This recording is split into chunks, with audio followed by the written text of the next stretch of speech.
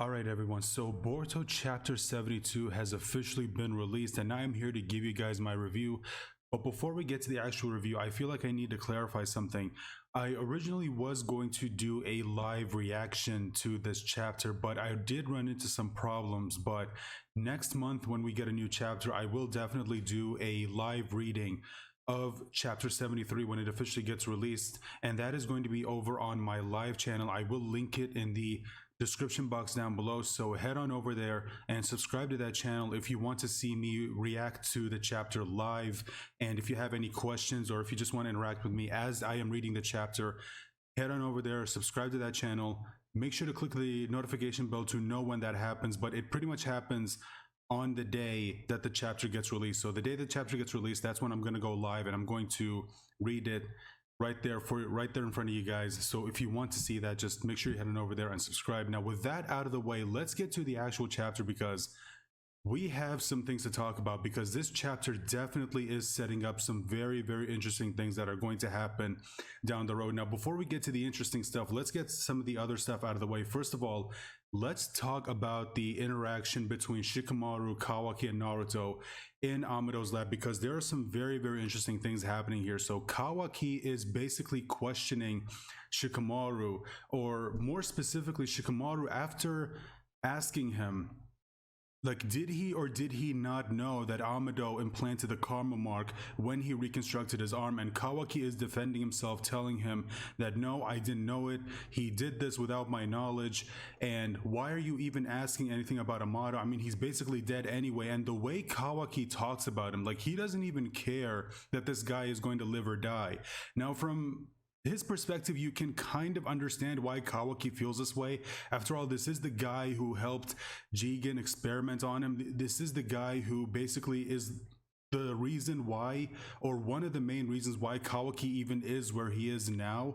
And he's basically responsible for a lot of the very traumatic things that happened to him in his life, or again, one of the reasons why he basically is where he is now and why he has all this trauma. So you can kind of understand why Kawaki feels this way, but at the same time, Naruto's looking at it and he's concerned because Kawaki is basically speaking about another human life like it doesn't even matter. And the only time we've ever seen other people speak this way is basically Otsutsuki. Like, Otsutsuki talk about humans like they don't even mean anything. And considering that Kawaki is 80% Otsutsuki, and now that he has the karma mark back, Naruto, you could say, is starting to notice that Kawaki is acting a lot like the Otsutsuki. And I do find that very interesting, and I do wonder whether or not this is possibly part of Amado's plan, because remember, we still have no idea what the hell this guy wants. We don't know why he does what he does. We're gonna have to wait, because unfortunately we do not get any answers in this chapter. So for anyone who was thinking that this chapter was going to be the chapter where we will finally get the reveal of what Amado's backstory is, that we would finally hear why he does what he does from Amado himself, that's gonna have to wait, because this chapter where we see Amado speaking to Shikamaru on the phone after he contacts him, and he's basically told him that it's going to take us at least 3 to 4 days to get from the land of snow all the way to the land of fire, or Konoha, which by the way should tell you how fast Sasuke actually is, and that Sasuke, even without the Rinnegan, is still pretty impressive. Like, he is still someone that you do not want to be messed with, because he managed to get to the land of snow, do his investigation, and then come back all within the span of 24 hours, whereas Amado himself said it would take them at least 3 to 4 days to get there, which again does put into perspective just how impressive Sasuke actually is. So he tells them that, and we have this very interesting conversation between Shikamaru and Amado, where Amado briefs him on what happened, and talks about how Ada cut ties with Code, and Shikamaru, of course, initially is happy about that. But then something else happened that's really interesting, and I do think needs to be talked about, is Shikamaru tells Amado that he remembers that there's another one there, or they should have another ally, and Amado looks surprised that he actually knew about Damon. And I can't help but wonder if maybe Amado purposefully didn't or never planned on telling Shikamaru about Damon, at least until they made it to the Leaf Village, because before that he specifically says that Ada cut ties with Code. He never mentions Damon and then gets surprised when Shikamaru knows about Damon. So I can't help but wonder about how Amado maybe planned to keep Damon a secret or a trump card until they got there. But again, that's just me. Maybe I'm reading too much into it. You guys let me know. So once that phone call is over, Ada speaks to Amado and tells him that I don't like being referred to as a chess piece, which is essentially what Amado referred to her when he was talking to Shikamaru, and he tries to basically wave it away, saying that, oh, it was just a figure of speech, you know, it didn't really mean anything. You know, that's just how I talk to Shikamaru, because that's how he likes to, you know, or that's how I like to speak to him. Like, it's a language he understands. But then she once again reminds him that I will kill you if you try anything. Okay, don't make that mistake. I will kill you. And like, I have every reason to kill you because you gave me this ability that I never even wanted.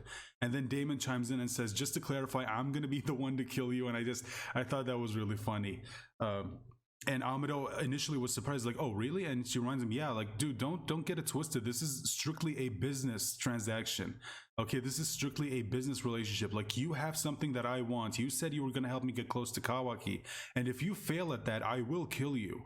Which, by the way, I do want to say that I find it interesting that Amado doesn't just offer to remove the ability. I mean, if he's the one who gave it to her, surely he could also take it away from her, couldn't he? Or at the very least reduce its capabilities to where Ada can at the very least control when her ability is, you know, switched on or switched off. I mean, you would think that he would at the very least be able to do that since he's the one who gave her the ability. But whether he can't or whether he's specifically choosing not to do that, I do wonder what exactly is going on with Amado, because considering the fact that this guy has hidden things from people in the past, he even, like, Shikamaru even realized that, wait a minute, you never told us that her ability is like, it doesn't work on Otsutsuki, because otherwise we would have brought Boruto and Kawaki here. And it's almost like you specifically did not want them to be here. Like, you didn't want Boruto and Kawaki here, or more specifically Kawaki, because you were afraid something might happen to him, because you need Kawaki, or more specifically you need his karma mark. So again, this dude is specifically choosing not to reveal certain bits of information until it is convenient to him. And I can't help but wonder if this is possibly one of them. Maybe he can do something about Ada's ability, and maybe he's saving it, because if, let's say, it doesn't work with Kawaki, which that's what I'm kind of predicting is going to happen. Like, it's not going to go anywhere, you know, this relationship with Kawaki and Ada. I don't think it's going to happen. And I'm wondering if maybe he possibly knows that, and he's thinking, okay, let me keep the fact that I can do something about her ability as another, like, ace up my sleeve. You know what I mean? Like, he's going to save it in case that goes wrong, and says, wait, I can offer you something else. I can remove your ability, or I can give you the ability to control it. So that way you can have a relationship with someone and you know it won't be fake because they're not being affected by your ability. And then she's going to ask, well, wait a minute, why didn't you say this before? And then it's like more and more people are going to realize, okay, this guy, we can't trust this guy because he's specifically keeping certain bits of information from us. And this isn't the first time this happened. So that's just, again, a little theory that I worked on. I don't know whether something's going to happen. We'll have to wait and see until we get more chapters and see where the story goes. But let's shift over back to the Leaf Village and talk about what is possibly the most interesting part, and definitely the part that I see more people, or the most people in the fandom, talking about now that this chapter is out. Hell, I've already seen some people online already discussing this, which is the interaction between Boruto and Hinata, and then the interaction between Boruto and someone else after that interaction happens. We'll get to that. But let's talk about this conversation between Hinata and Boruto, because I feel like this is definitely setting up some things. So Boruto is about to leave because Shikamaru calls Naruto and Team 7 and Kawaki to the Hokage office. Why he did that, we don't know. Presumably he's possibly going to tell them, hey, I need you to head on over to the Land of Snow to pick up Amado and Ada and Damon and then bring them back here. At least that's what I'm kind of thinking is possibly going to happen. So as he's about to leave, Hinata shows up and she asks him, so are you leaving on another mission? And he says, yeah, Shikamaru called us. And she basically goes on to say how she's afraid. Ever since he became a shinobi, every time he walks out the door, she's always afraid that maybe he's not going to come back, which I do find it very interesting, because we actually get a look into how parents of shinobi feel like whenever their children have to leave on missions, because everyone knows, or everyone who's been a shinobi knows, that when you go out on a mission, anything could go wrong, and that could result in someone losing their life. And quite possibly that person who lost their life is your child or your brother or your parent. And once the last time you saw them walk out the door was the last time you ever saw them. And I do like that we are actually getting a look into how people who are related to shinobi actually feel whenever they have to go out on missions. I really did like this. And later after that, we get this interaction between Himawari and Hinata, where Himawari asks her, hey, if I became a shinobi, would you be proud of me, or would you just be worried all the time? Which I do like, because they're kind of doing something now with the anime where Himawari is actually in the Ninja Academy, which is hinting that she is going to become a shinobi, although possibly it's not going to happen yet, because this is in the future of the series. So again, we'll have to wait and see what they do with that. But this is, for me, is really interesting. Like this, like the fact that Kishimoto had this be here, I can't help but feel like maybe he's setting something up, because right before the conversation ends, or right before it shifts to the next scene, Boruto specifically looks at Hinata and says, don't worry, I always come back. Hell, I even died and I came back and I'm fine. And I can't help but feel like that was Kishimoto raising some red flags, saying that, yeah, something's gonna happen, and it's gonna happen pretty soon. And it's interesting because literally the next scene, as Boruto is walking out the door, he's about to meet up with Sarada and Mitsuki to go on the mission, to head to the Hokage office to get the mission briefing from Shikamaru. That's where we see him interacting with Momoshiki again. Like I said, this is the part of the chapter that I know the most members of the fandom are going to be discussing. We have this interaction between Momoshiki, where Momoshiki looks at him and he says, you just promised your mother that you would always come back. That was a little irresponsible of you. And Boruto tries to just wave him away by saying, look, you can't reincarnate anymore. Why don't you just leave? Why don't you just leave? And Momoshiki is reminding him, or he's telling him, it's like, why do you insist on still living when I specifically told you that you're about to lose everything? And you're about to lose everything really soon. It's going to happen. I already told you this.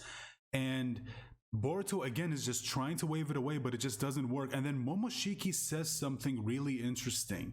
And I am planning to make a dedicated video specifically talking about this, where I'm going to go more in depth about what my thoughts are on what was said by Momoshiki.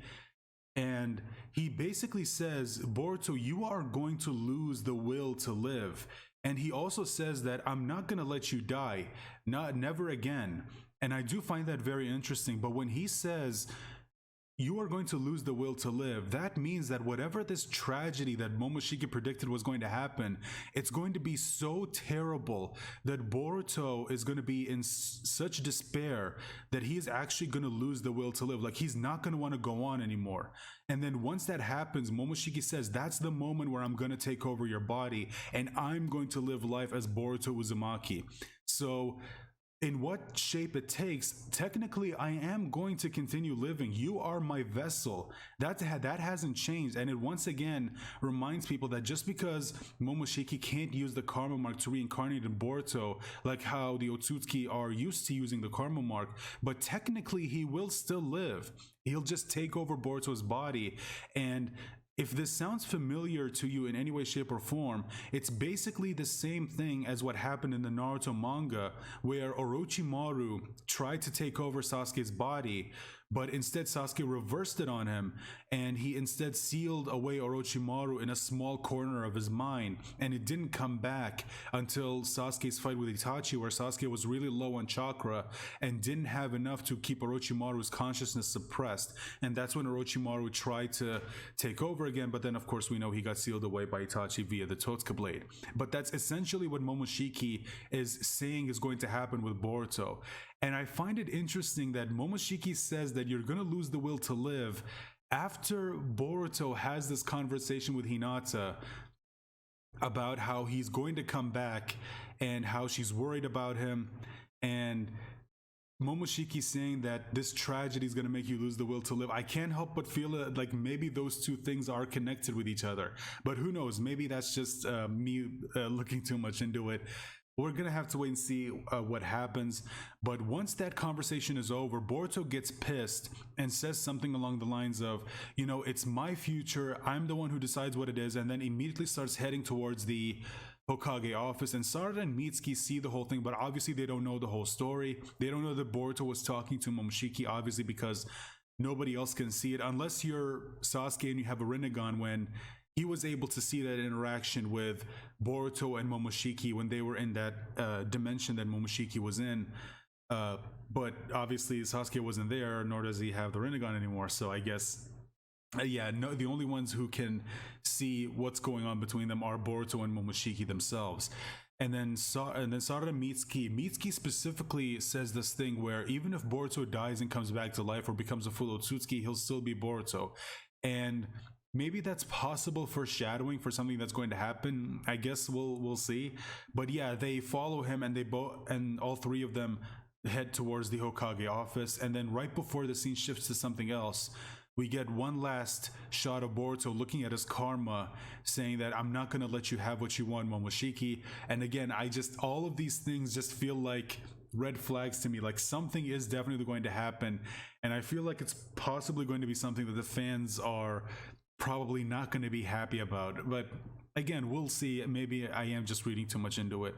So we then move over to the very last scene of the chapter, where we have Code and Bug in the Tentales dimension, or the Otsutsuki dimension, where Ishiki was keeping that Tentales trapped. And what was really interesting is that we get a dedicated panel where we have Code basically heading over to the cage where the Tentale is, and then the camera was specifically set up, or not camera, you guys know what I mean, but it was specifically set up to where you see Code, but it's also focused on those Otsutsuki symbols, specifically Ishiki, Kaguya's, Momoshiki's, and Kinshiki's. I find it interesting that they didn't specifically focus on the two Otsutsuki symbols that were destroyed. I don't know, again, maybe I'm just reading too much into it, but I do feel like maybe that's set up for something. But what's interesting is that Ishiki's symbol, the circle, is blacked out, which I wonder why that's the case, because Kaguya's isn't, Momoshiki's isn't, and Kinshiki's isn't. I do find that a little bit weird. Now, I've seen some people possibly say that maybe this is another indicator that Ishiki's dead, but I don't really think that's the case, because Kaguya we know is dead, and yet her circle the circle in her symbol is still white. Momoshiki is still alive, and the circle in his symbol is also white. And with Kinshiki, I don't remember if you can see it clearly. You'll see it on screen, but I don't think his was blacked out either. So I don't think it has anything to do with whether or not the Otsutsuki is dead. I think there's something else going on here. Although maybe it was a mistake. Maybe once the official volume gets released, it'll actually be corrected, because we know sometimes, you know, authors or the artists will sometimes make mistakes, and then that mistake will be corrected in the actual volume release, the actual volume that you buy. It's actually fixed. So who knows, maybe it is a mistake, or maybe there's something going on. Maybe there's something going on with Ishiki to where he's not specifically dead, but he's also not alive either. At least that's what I'm thinking is possibly going on there. But I guess we'll see. So Code heads over to the Tentales cage, and Bug is looking at it, and he's surprised because he actually gets to see a Tentales live in person in front of him, and he's actually shocked by it. And then he brings up the fact that Ada and Damon basically, you know, cut ties with him, and then Code mentions how Damon was a lot stronger than he anticipated, how he was completely outclassed.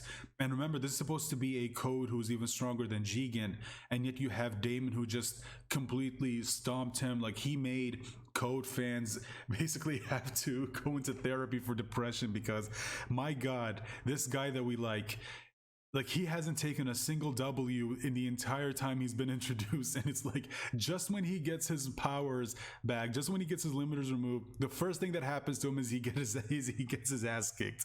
I don't know. I always thought that was a little funny. And then Bug immediately tries to warn him. He's like, dude, I tried to warn you about this kid. I told you not to let him go.